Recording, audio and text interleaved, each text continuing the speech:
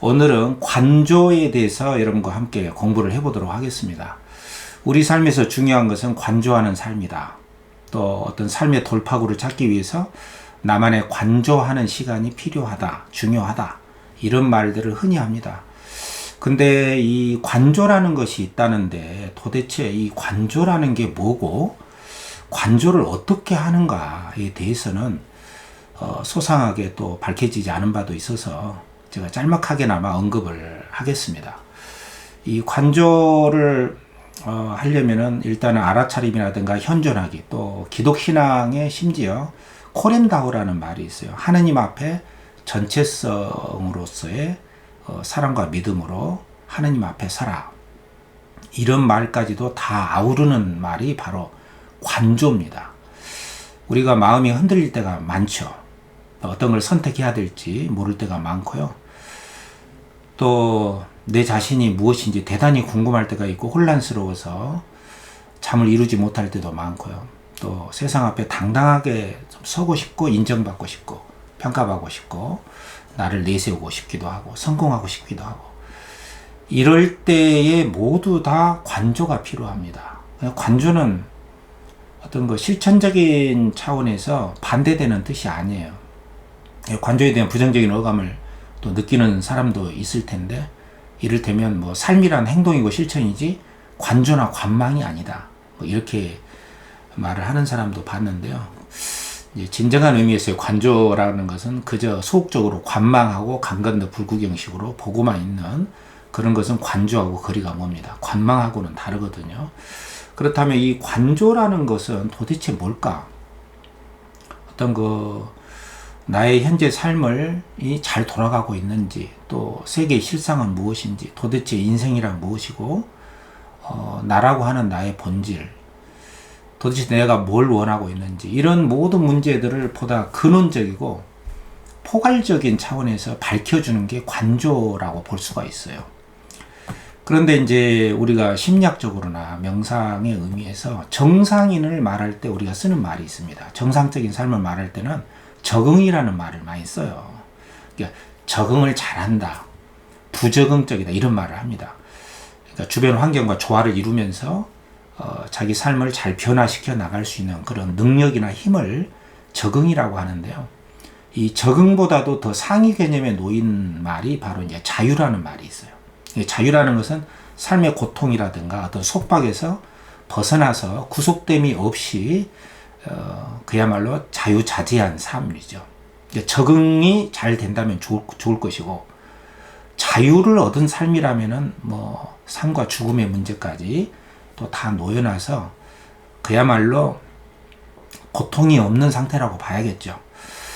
이러한 그 적응과 자유의 삶 이런 것까지를 다 포괄해서 우리에게 하나의 시원한 해결점을 제공해 주는 게 관조다 이렇게 볼 수가 있다는 이야기죠. 그렇다면 관이란 무엇인가? 일단 이걸 생각해 볼 수가 있겠는데요. 이 볼 관자인데 to see 본다. 근데 이 본다는 차원이 한 세 가지로 이렇게 볼 수가 있어요. 첫 번째는 감각의 눈으로 보는 걸 말해요. 그러니까 우리가 지금 눈이 있지 않습니까? 이 시신경이 있는 눈을 떼서 여기다 놔두면 그 눈이 세상을 본다고 할 수는 없죠. 눈은 감각적인 지각을 하는데 그 감각의 눈으로 보는 것은 관조의 눈으로 보는 것은 아니에요. 그 눈 자체가 보고 판단하는 것은 아니고요. 그래서 두 번째로 본다는 것은 마음의 눈으로 본다는 말이 있어요. 근데 이 마음이라는 게 눈이 시신경으로 연결돼서 신경망으로 이렇게 연결이 돼서 궁극적으로는 뭐 우리의 그 뇌 부분이 있지 않습니까? 굉장히 기본적인 뇌로부터 변연계라든가 전두엽이라든가 이런 뇌의 영역으로 신경망이 네트워크로 전달이 돼서 거기서 판단 작용을 일으키는 것이죠. 판단하고 분별하고 좋다 나쁘다. 그래서 감정, 생각, 욕구를 일으키는 그 마음. 그러니까 눈이 보는 것은 아니고 눈의 작용으로 인해서 뇌가 마음을 일으키는 것이죠. 그렇다면 관이라고 하는 것은 마음의 눈으로 본다 이렇게 볼 수가 있어요. 이게 두 번째 눈이고요. 그렇지만 이 마음으로 본다는 것은 항상 감각 작용이 뇌에서 일으키는 것이기 때문에 한계가 있을 수밖에 없어요. 부분적이고 또 한순간에 하나의 대상밖에는 못 보거든요. 그러니까 보는 것마다 습관적이고 기존에 해왔던 방식대로 길이 든 방식대로만 볼 수가 있어요. 그래서 이 보는데 한계가 있죠.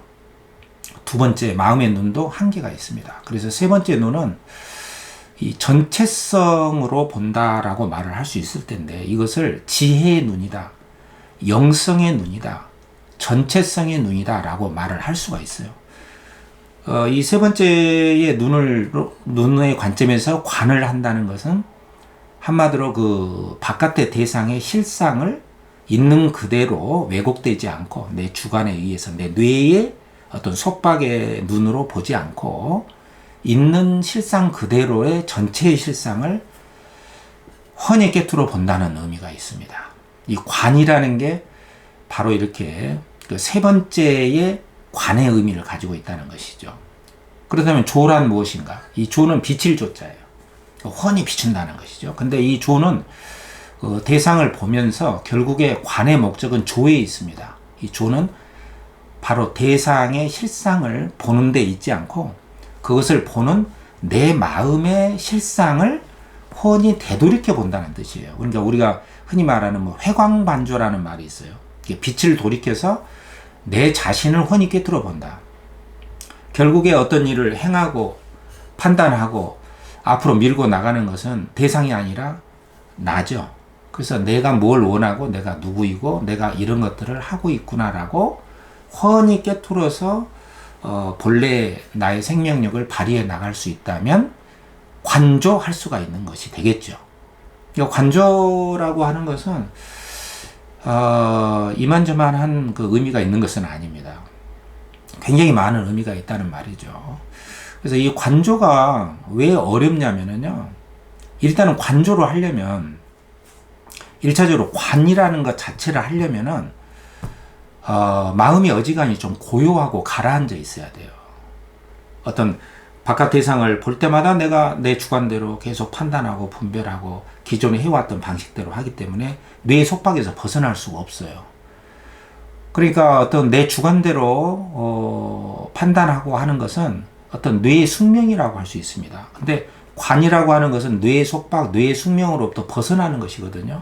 그러니까 마음작용을 일으키는 그 뒤로 물러나서 떨어져서 바라본다는 뜻이 있어요. 그러니까 관의 의미는 첫 번째, 떨어져서 바라볼 수 있는 힘을 말합니다. 그러려면 고요하게 가라앉아야 되거든요. 근데 고요하게 가라앉는다는 것은 한자로 지에 해당돼요. 그칠 지. 그러니까 관에는 고요하게 가라앉아 있는 지가 이미 내포되어 있는 것이에요. 그래서 관이 어렵다는 것입니다. 내가 이렇게 마음작용을 일으키고 있는데 그 혼란스러운 마음작용으로부터 약간 벗어나서 떨어져서 마음작용이 일어나고 있는 것을 훤히 볼 수가 있어야 돼요. 그러니까 이 떨어져서 본다는 것은 나의 그 어떤 자아의 집착, 잡을 집, 붙을 착, 딱 들러붙어 있는 것으로부터 떨어져 나간다는 뜻이에요.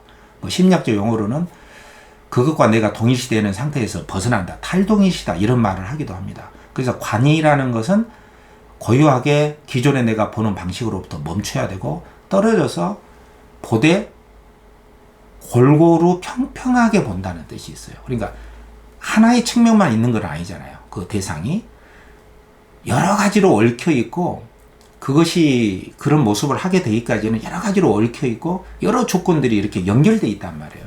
그런 총체적인 여러 상황들을 두루 골고루 평평하게 떨어져서 이렇게 볼 수 있는 힘이 있으려면 고요하게 가라앉혀 있을 수 있는 그 고요함에 집중된 시간이 있어야 된다는 것이죠. 이게 관입니다. 좀 쉽겠습니까? 어렵겠습니까? 그렇게 쉽지가 않아요. 이 관한다는 게. 그리고 이 조라는 것은 관의 궁극적인 목적은 대상을 이렇게 꿰뚫어 가지고 평가하려고 하는데 의미가 있는 것이 아니에요. 결국에는 이렇게 생각하는 내 마음이 어느 한 구석에 얽매여 있지는 않는가를 돌이켜서 내 마음을 훤히 두루 살펴서 훤히 비춰주는 것이에요. 그러니까 얽매임과 구속과 어떤 집착됨이 없이 있는 그대로의 실상을 보고 있는 나를 훤히 비춰보면서 어디에 얽매임이 있고 어디에 머물러 있다거나 어디에 속박됨이 없는 상태로 훤하게 된다는 뜻이에요. 그러니까 어떤 판단도 그제서야 할 수가 있는 것이고 어떤 실천도 행동도 그때서야 할 수 있는 것이고 어떤 것이 옳은 것인가 어떤 게 나에게 유익한 것인가에 대한 올바른 판단 작용이 있을 수가 있겠죠. 그러니까 관이고 조라고 하는 것은 첫 번째로 비판단 상태에 있어야 된다는 이야기예요. 비판단, non judgment인데 그러니까 판단 없이라는 것은 어떤 판단도 하지 않는다는 것이 아니라 그 대상을 보고 있는 내가 어떤 데에도 얽매임이 없이 있는 그대로 상태에서 바깥 대상이나 내 마음이나 안이나 바깥이나 안팎으로 훤히 꿰뚫어서 있는 그대로의 실상을 볼 수 있는 안목이 있어야 된다는 것이고 그 속에는 그만큼 고요하게 멈춰져 있는 고요한 멈춤의 상태, 고요하게 집중된 상태가 이미 그 속에 들어가 있어야 되기 때문에 많은 연습과 훈련이 필요한 것이 되겠죠. 그래서 관조가 너무나도 쉽고 너무나도 어려운 이유가 여기에 있습니다. 관조가 어려운 이유는 바로 이렇게 떨어져서 본다는 것 자체가 쉽지가 않습니다. 연습을 해야 되거든요. 또 비판단으로 본다는 것 자체가 어때요? 쉽지가 않죠.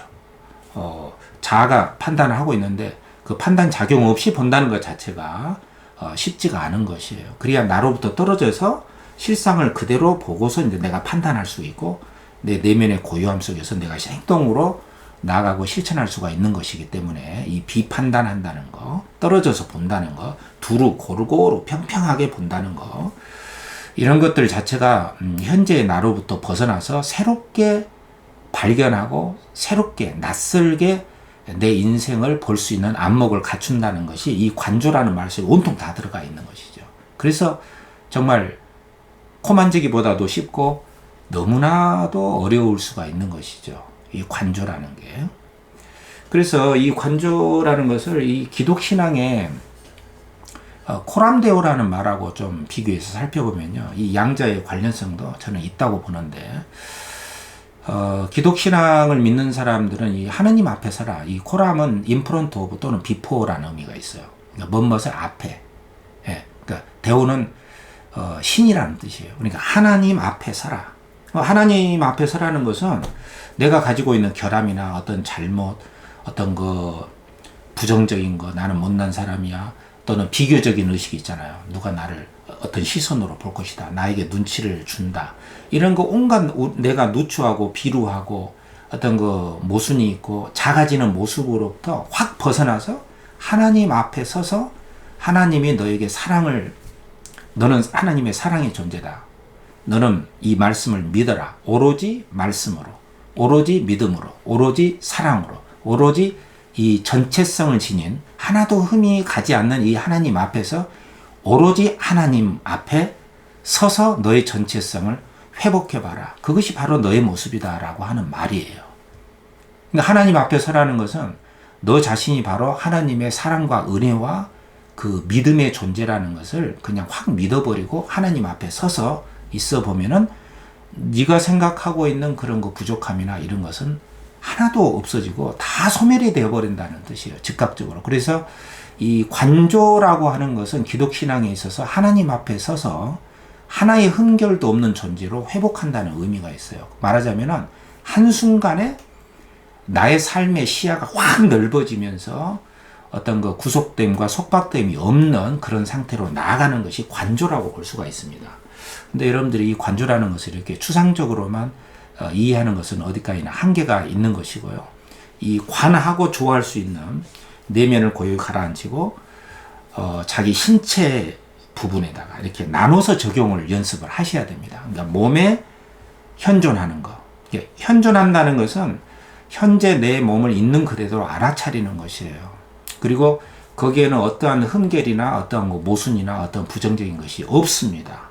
다 연결된 것이고 순간적으로 시시각각 계속해서 변화해 나가는 것이기 때문에 그냥 알아차리면 됩니다. 그 속에 내면의 고요함과 평화로움이 있거든요.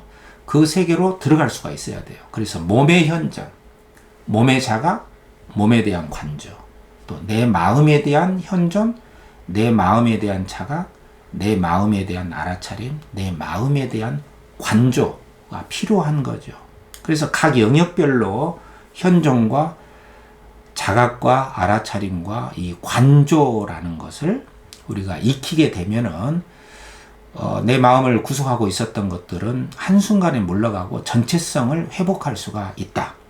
일단 이렇게 말로 설명할 수가 있겠습니다. 어디까지나 이것은 그러나 부분적으로 연습을 하고 우리가 훈련을 해야 되는 그 과정이라고 볼 수가 있어요. 아무리 기독신앙의 입장에서도 잠깐씩 잊어먹거든요. 가장 간단한 그것이라도. 그래서 우리에게는 이렇게 관하고 조할 수 있는, 그래서 내가 가지고 있는 협소한 생각이나 어떤 장애물로부터 뚝뚝뚝 떨어져 나가면서 내 삶을 거듭 새롭게 살피고 거듭 새롭게 날 수 있는 그러한 자로 태어나는 순간 내가 현명한 판단도 할 수가 있고 새로운 힘을 얻을 수가 있는 겁니다. 자, 이렇게 해서 관조라는 것에 대해서 간단하게 설명을 드렸는데요. 남은 것은 하나하나씩 실천해 나가는 것이겠죠. 그래서 오늘 여러분들 이 관조라는 거 또 하는 방법에 대해서 간단히 말씀을 드렸는데, 이 관조하는 시간을 가지면서 오늘 하루도 관조적인 태도로 음미하면서 새로운 힘을 얻어 나가시기를 바라겠습니다.